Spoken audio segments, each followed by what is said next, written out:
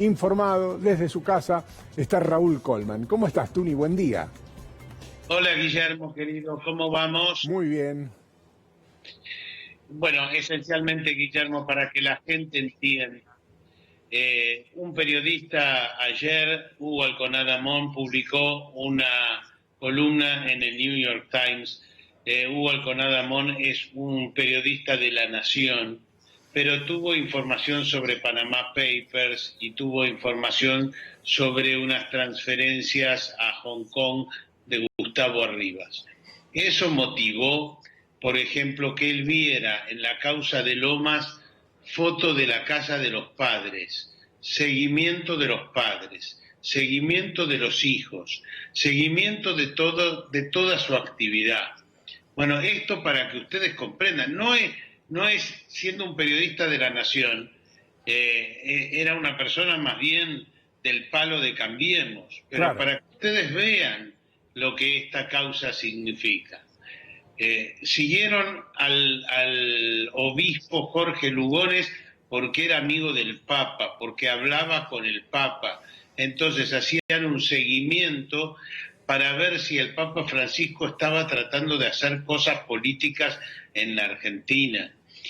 Piensen ustedes, Guillermo, yo no sé si vos te acordás, seguramente sí, tenés bastante más lucidez que la que tengo yo, pero María Eugenia Vidal en algún momento sonó como candidata en lugar de Mauricio Sí, Macri. claramente. Es más, te digo más, con información te digo esto. Se estaban armando equipos para tener dos estrategias diferentes. La primera era desdoblar las elecciones, es decir, que no vaya junto con las presidenciales ante el temor de la derrota.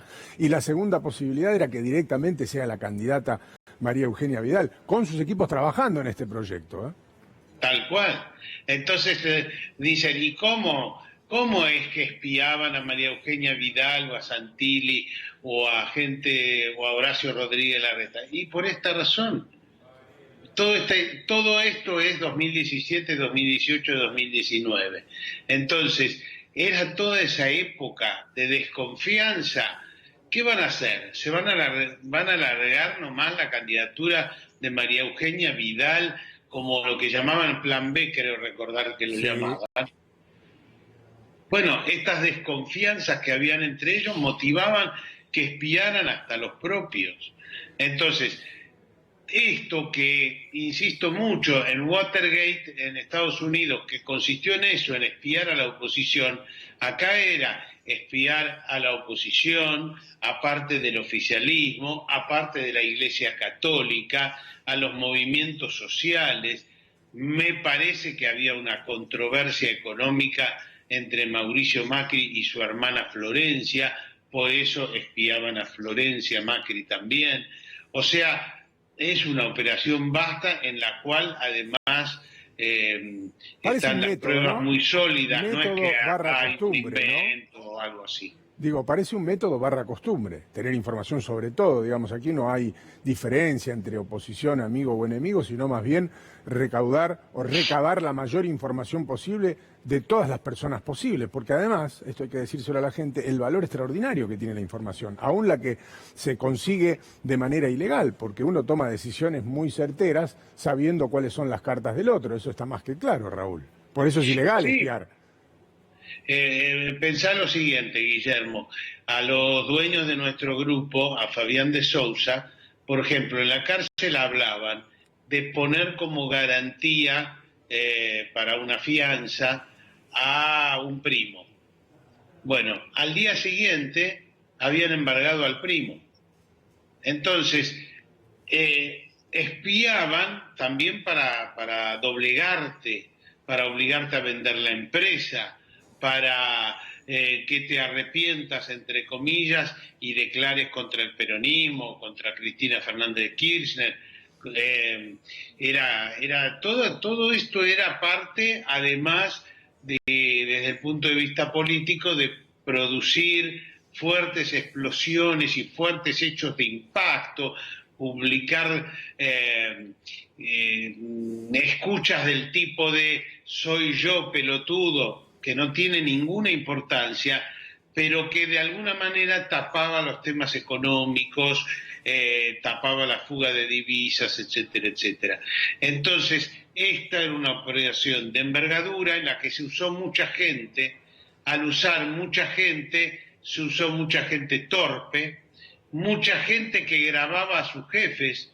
Entonces el juez Villena encontró en los celulares grabaciones de los jefes, dando instrucciones de sigan al tal, sigan a cual, hay que ir al Instituto Patria y cosas por el estilo. Sí, charlas Dejaron incluso muchos de ellos. intrascendentes, con charlas con menores de edad, grababan absolutamente todo, ¿no? Pero como decís vos, cuando más grande la estructura, menos profesional. Esto pasa en todos los ámbitos. Cuando más gente necesitas, cada vez menos expertise tiene. Por eso esto es un chiquero, Raúl. Tal cual. Insisto mucho, por ejemplo, grababan a sus jefes ellos. Estas personas que están ahora detenidas tenían en sus celulares como una especie de reaseguro los diálogos con Alan Ruiz, que le decían vaya a seguirlo a Santilli, o hay que renovar la gente en el Instituto Patria, que está vigilando acá haciendo de espionaje clandestino, y así Raúl, sucesivamente. dame un segundo porque están trasladando ahora en vivo a los detenidos y está Paula Marusic en el lugar.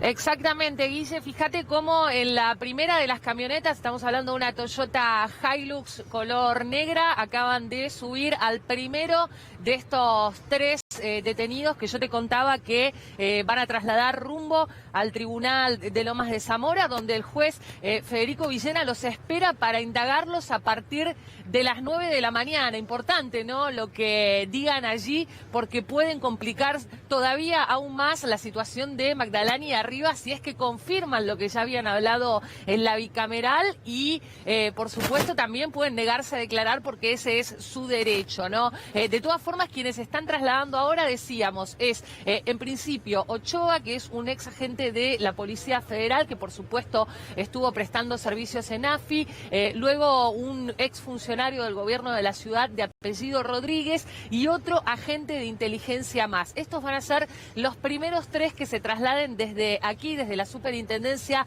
de Drogas Peligrosas, porque como les contábamos hace un rato, si bien ayer aquí llegaron 10 de las 16 detenciones que ordenó el juez Villena, solamente 3 de los que pasaron la noche aquí están citados para prestar su declaración indagatoria. Bueno, ahí, mira, Guille, estamos viendo los movimientos, fíjate también el escuadrón y en realidad la cantidad de motos que van a estar comandando, ¿no?, y acompañando, escoltando, esa es la palabra, al primero de los detenidos. Se dispusieron 3 camionetas, la Toyota Hilux y 2 más, hay una Ranger 4x4 por detrás y otra más para trasladar a estas 3 personas y, como decíamos, ¿no?, por delante esta guardia de agentes de la Policía Federal que van a escoltar a los detenidos. Bueno, mira, ahí sale el segundo de ellos, seguramente va a ir al segundo de los vehículos que te estamos mostrando.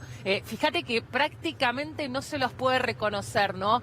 Porque están encapuchados, tienen barbijos, tienen cuellos muy pero muy altos y por supuesto las identidades de los agentes de inteligencia son desconocidas, ¿no? Por eso es que, aunque quizás estuvieran sus caras al descubierto, sería difícil de reconocerlos. Pero ahí va el segundo, Guille, y falta todavía un tercero que va a salir en instantes nada más. Mira, nos vamos a quedar con la imagen en vivo y vamos a volver a dialogar, a charlar con Raúl Colman. Esta es una organización que, por supuesto, contaba con agentes de la Agencia Federal de Investigaciones, mientras vemos el traslado, pero también podríamos decir que era una organización mixta, muy amplia, de amplísimo espionaje, que incluso te incluye a vos, Raúl, porque hubo una charla que tuviste con Barata que está registrada en esta investigación. Sí, efectivamente. Yo en general en las causas, en general trato de hablar con los imputados, no en las causas. Históricamente yo hablaba con Tejeldín cuando era el máximo imputado en la causa AMIA y he hablado con militares que estaban imputados en las causas de derechos humanos, etcétera. Yo trato de hablar también con los que están imputados, con los que están acusados. Entonces varias veces hablé con Roberto Barata, que me llamaba él desde la cárcel, sobre todo cuando lo acusaban de que había recibido dinero de este, del otro, etcétera. Acordate que era el personaje central de la causa de los cuadernos. Entonces después utilizaron esa escucha, que es una escucha ilegal, obviamente, una manipulación tremenda, porque se supone que ese teléfono lo escuchaban porque en el pabellón estaba el narcotraficante al que le decían el rey de la efedrina, Mario Segovia, y entonces por eso escuchaban ese teléfono, el teléfono público del penal. Y entonces, sin embargo, usaron una escucha entre Barata y yo, que no tenía nada de malo, donde Barata me explicaba una causa judicial, nada, si había recibido o no, algo por el estilo. O sea, no tenía nada que ver, no era ilegal, nada de nada, pero te espiaban. Y a Barata publicaron escuchas de él con un nene, con su hijo, y después publicaron escuchas de Lázaro Báez con su pareja. O sea, cosas que creo que no se han visto en otro lado del mundo, honestamente. No veo que esto tenga muchos antecedentes en el mundo. Esto está pasando hoy a partir de esta investigación que destapa situaciones que ocurrieron durante el gobierno de Mauricio Macri. Decime en 20 segundos, porque ya tenemos que cerrar, pero es importante esto para la gente. ¿Hasta dónde esta ola va a llegar a Mauricio Macri? ¿Cuándo lo moja al expresidente? No lo sé, Guillermo. La verdad me da la impresión que el próximo escalón es el secretario presidencial, que se llama Darío Nieto. Creo que Darío Nieto disparó estas detenciones porque cuando lo allanaron se metió en su auto y empezó a borrar archivos en su